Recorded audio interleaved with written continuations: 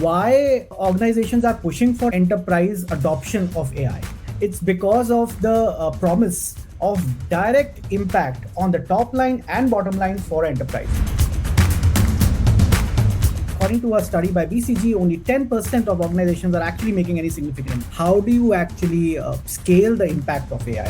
One is the engineering side of things, right? How do you take a very small POC that you might have implemented in your research lab or wherever, and then how do you actually take it to the entire organization? The second is around scarcity of talent. So you need to get the right talent. And the third aspect is around managing AI programs.